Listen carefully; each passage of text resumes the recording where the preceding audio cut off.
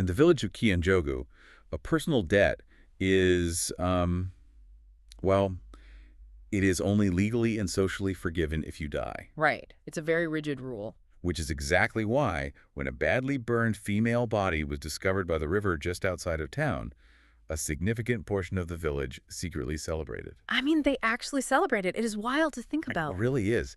They thought the woman they were burying owed them money, So her violent death was effectively, well, a financial windfall for them. Exactly. But that secret relief morphed into sheer, unadulterated terror just 3 days later. Oh, yeah. Because as the coffin was literally being lowered into the earth, the woman they thought they were burying came running out of the surrounding forest. Barefoot, covered in mud, and screaming. Welcome to another deep dive. If you are joining us today, you are the kind of listener who wants to look past the, superficial headlines and understand the actual mechanics of human behavior. Especially when communities are put under immense pressure. Exactly. So today, we have a fascinating mission. We are unpacking a single, mind-bending source document detailing the events in Kianjogu. And it is quite a ride. It really is. Yeah. We are going to explore a very specific, chilling question. How does a community's obsession with its own reputation create the absolute perfect camouflage for organized crime? It is a remarkable case study. We are looking at a document that initially reads like a quiet, almost academic sociological survey of a rural town. Yeah, and then it just abruptly shatters into a massive criminal conspiracy. Right. And to understand how this town became entirely complicit in that conspiracy, we have to understand the foundational currency of Kiamjoku. Which is reputation. Exactly. This is a place where people genuinely fear one thing more than physical violence or even extreme poverty. They fear shame. Right. The text makes it incredibly clear that the court of public opinion is the absolute ultimate authority there. Reputation is a literal survival mechanism. What's fascinating here is how quickly the village uses that system to destroy someone. And no one bore the crushing weight of that system more than our protagonist, a 34-year-old woman named Sophia. And I should mention here, the source document occasionally refers to her as Miriam. We are going to stick with Sophia for clarity. Yeah, that makes sense. But that dual naming almost feels like a symptom of how, fragmented her identity became once the village decided to completely strip away her humanity. That fragmentation is a perfect way to describe what sociologists call social death. Social death. Wow. Yeah, the text doesn't ease us into Sophia's situation at all. It presents her status as an absolute given. She is labeled cursed, abandoned, childless, and unlucky. And in a reputation economy like Kanjogu, those aren't just, mean-spirited adjectives. Their literal life sentence. Once a community applies those labels to an individual, they cease to be a neighbor. They become a repository for the group's collective anxieties. Okay, let's unpack this a bit. Yeah. Because the catalyst for this social death wasn't actually anything Sophia did. Right. It was her husband. Exactly. The backstory is that 5 years ago, her husband, David, took out a massive loan from some very dangerous men in Nairobi, and then he vanished. He's completely disappeared. So, logically, you would assume a tight-knit village would, rally around a woman whose husband just disappeared after dealing with dangerous people. I would think so, yes.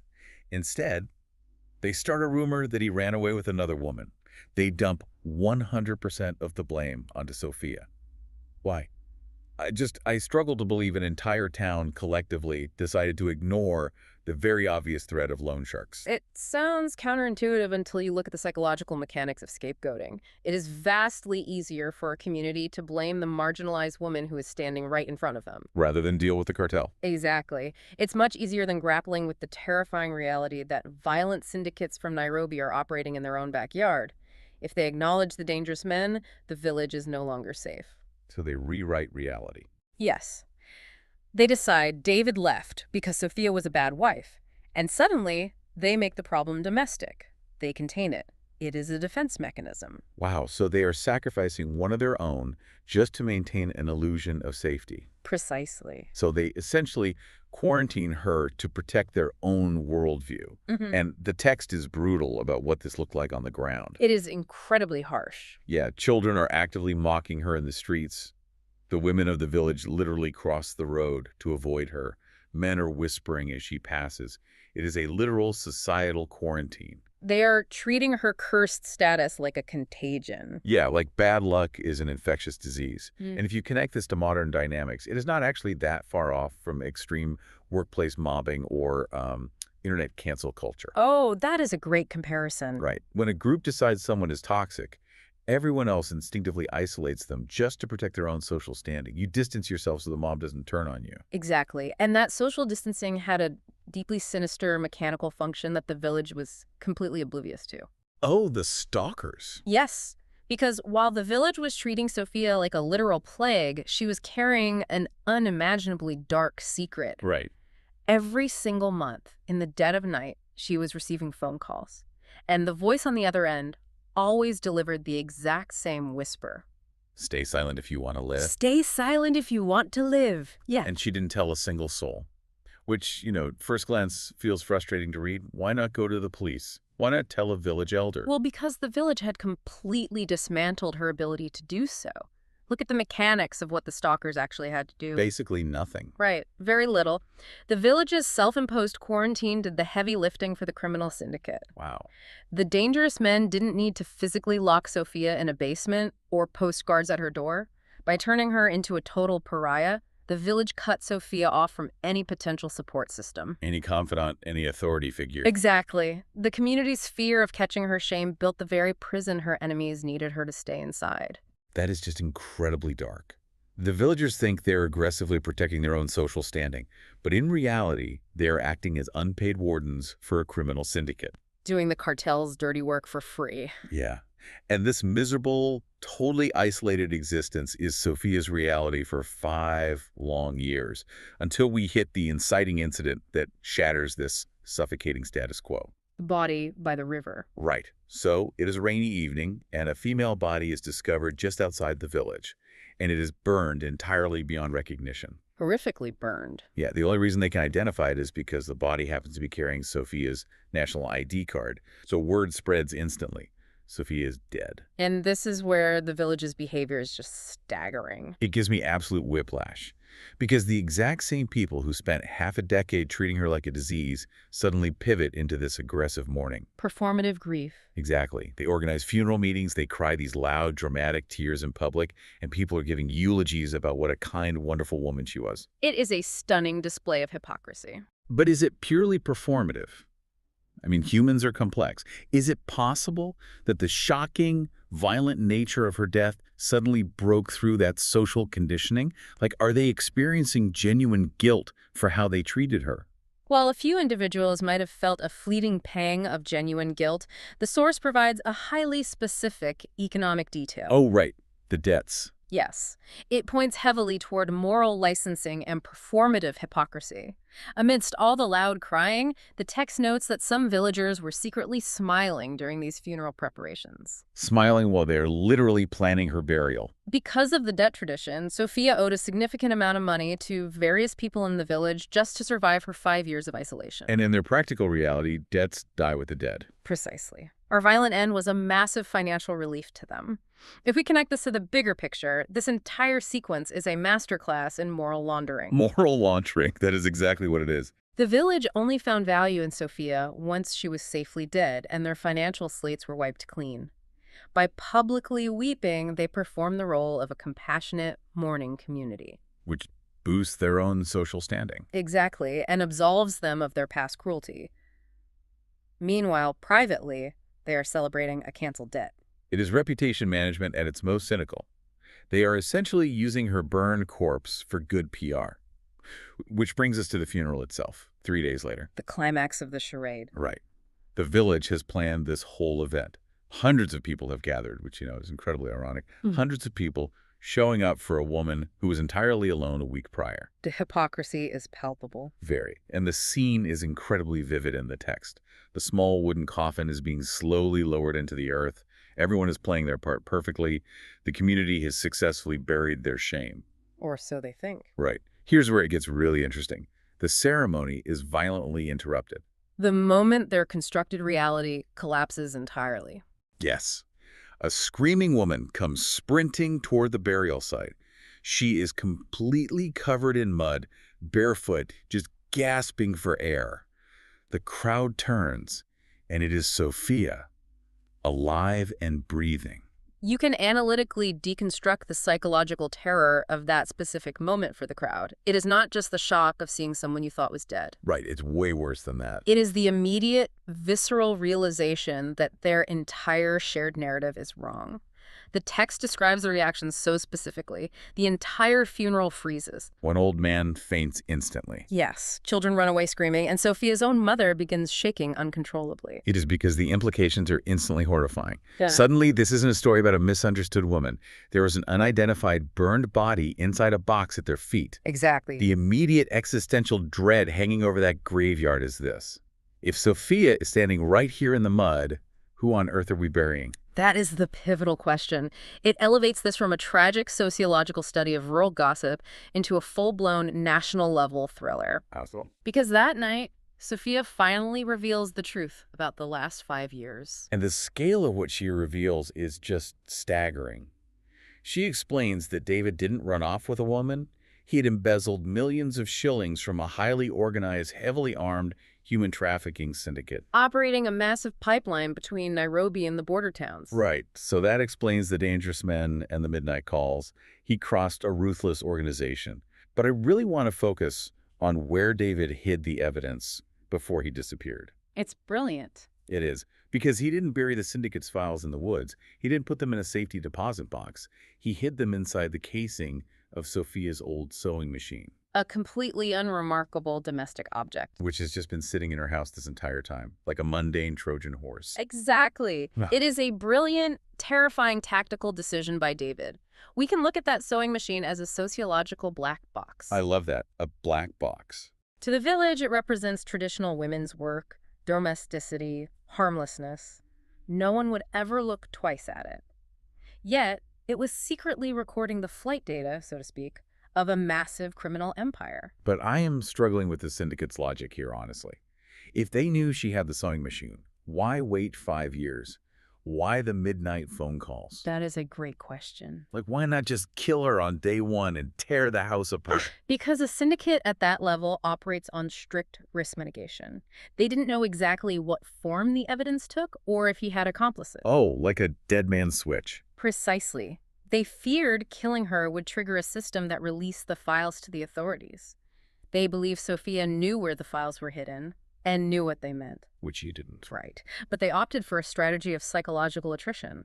The constant threats, the isolation enforced by the village, it was all designed to break her down mentally. So she would voluntarily hand over the evidence without them having to draw police attention. Exactly. Okay, that makes sense. But then clearly something changed their risk calculation. Because 5 years in, they switched from psychological torture to literally faking her death. Yes, and the source document reveals exactly who was in that coffin. This part is so grim. 1 week before the funeral, a young woman who was actively investigating this specific human trafficking network disappeared from Nairobi. And in a horrific twist of fate, this investigator looked remarkably similar to Sophia in build and height. Right. The syndicate recognized an incredibly grim, highly efficient opportunity for what organized crime refers to as administrative closure. Administrative closure. Wow. They murdered the investigator, burned her body beyond visual recognition to hide the differences in their faces, and planted Sophia's ID card at the scene. It is chillingly calculated. But again, let's look at the why. Why go to the trouble of staging a fake death in a rural village? Because they understood the sociology of Kianjogu better than the villagers did. Oh, that is wild. The syndicate wanted to convince everyone that Sophia was permanently dead because dead people stop fighting. Once the village held that funeral, Sophia officially ceased to exist administratively. Right, the local authorities check a box and move on. Exactly. If the syndicate quietly disposed of the real Sophia the following week, absolutely no one would look for her. Furthermore, with the investigator dead and Sophia presumed dead, they believed the hunt for those hidden files would permanently cease. They were tying up 2 massive loose ends with a single match. Yes. They completely weaponized the village's obsession with reputation. The syndicate knew the village would be so eager to bury their collective shame that they would rush the funeral process. They wouldn't ask any questions. Right. They relied on the village's willful blindness, and it almost worked perfectly. But they made one catastrophic mistake. They let her listen. Yeah, they let Sophia overhear their plans. The text notes she only escaped because she heard her captors discussing the exact date of her upcoming funeral. That gave her a hard deadline. It gave her the adrenaline she needed. She traveled in secret for 2 grueling days, running barefoot through the mud, just to get back home before the dirt covered that coffin. It is an incredible feat of human endurance. Yeah. But her survival and her arrival at that graveyard trigger immediate, devastating consequences for the entire region. Right. The story definitely does not end with a happy reunion. That night, Sophia finally opens that sociological black box. She opens the sewing machine. And out comes the syndicate's entire administrative history. Flash drives, ledgers, lists of names, bank account routing numbers. And the web of corruption it exposes is absolutely The sickening. scale is massive. We are talking high-ranking police officers, regional politicians, and prominent businessmen. But the detail that hits hardest is that the network included people from Kenyan itself. Yes, highly respected individuals. Pastors, local leaders, the very people the village deferred to were part of this trafficking ring. This is the moment where the village's concept of shame violently, catastrophically collides with objective reality. Yeah, it completely shatters. For 5 years, this community aggressively shamed and isolated an innocent woman, effectively destroying her life, while simultaneously respecting and bowing down to the actual monsters who were terrorizing her. And trafficking human beings for profit. It is so messed up. The revelation triggers an immediate, ruthless purge. The text explicitly notes that on the very night the sewing machine is opened, 3 powerful men from Kenyan simply disappear. Do we know if they fled the authorities or if the syndicate, silenced them? The text leaves it slightly ambiguous, but given the operational security of a national syndicate, it is highly likely they were silenced to prevent them from testifying. That makes sense. Either way, the local power structure of the village is decimated in a matter of hours. The illusion of their idyllic, safe community is completely annihilated. It is a real-time domino effect. Over the next few weeks, investigative journalists descend on the village. The national police arrive. Sweeping arrests are made across the country based on the sewing machine ledgers. The syndicate takes massive hits. But in the middle of all this long overdue justice, Sophia vanishes. Again. And this time, it isn't clear what happened to her. Before the authorities can fully debrief her, she is just gone. The source leaves her final fate unresolved. There is a hopeful interpretation that she was quickly scooped up into a federal witness protection program, given the extremely high-level targets she had just exposed. Right. Let's hope for that. But there is a much darker, equally plausible belief that the syndicate, while severely wounded, was not entirely dead, and the remaining operators finally caught up with her to finish the job. So what does this all mean? We are left with a dismantled syndicate, a completely shattered village, and a vanished protagonist. But the text doesn't let us go that easily. No, it saves the worst for last. It really does. It saves one final, deeply disturbing detail for the very end. Because to build their murder case against the syndicate, the police had to officially identify the burned investigator. Which meant they had to exhume the body. Right.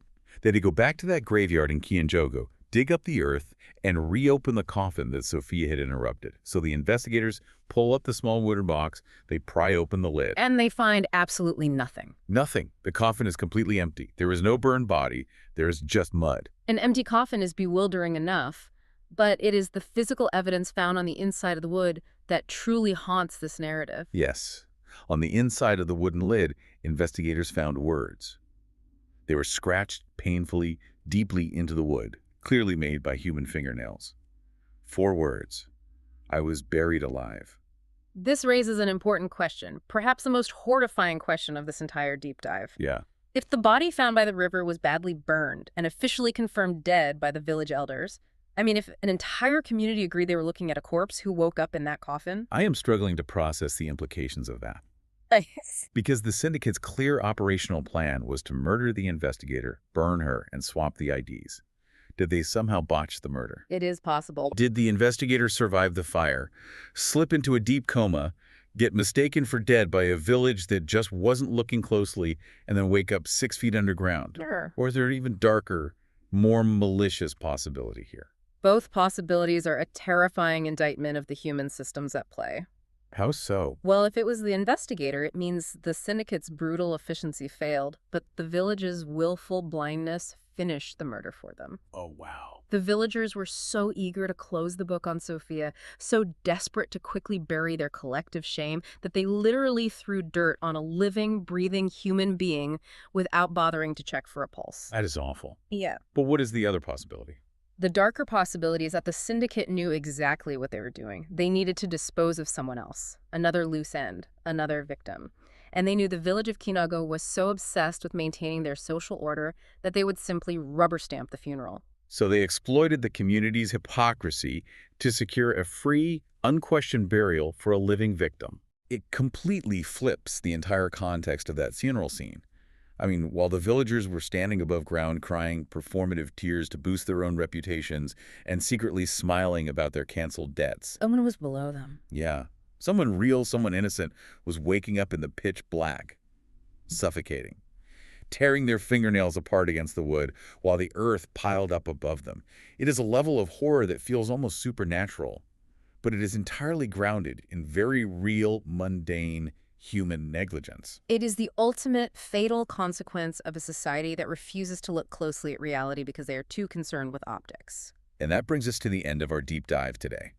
We started with a dusty village obsessed with the currency of local gossip, a place where the fear of shame dictated every single interaction. And we watched that seemingly simple premise crack wide open. To reveal the mechanics of a nationwide human trafficking syndicate, a story of unbelievable endurance, and ultimately a mystery that leaves you lying awake at night. To you, listening right now, thank you for taking this intense intellectual journey with us. It has been quite the journey. We know you tune in because you want the why and the how behind human behavior, Yeah. and you want to push past the simple narratives. Kenyan certainly delivered on that front. It undeniably did. And as you step back into your own world, I want to leave you with one final thought to examine. Okay. We established early on that the villagers of Kenyan feared shame more than death itself. But in the end, it was their very obsession with shame, their desperate need to protect their own reputations by silencing and ostracizing the vulnerable, that allowed a massive violent trafficking syndicate to thrive right under their noses. Wow. Their own respected pastors and local leaders were the architects of that suffering. The village's culture of whispering, looking the other way, and prioritizing optics over truth gave those criminals the absolute perfect cover. The true curse on the village of Kenyan wasn't Sophia, it was their own silence. Their own silence. Until next time, keep digging.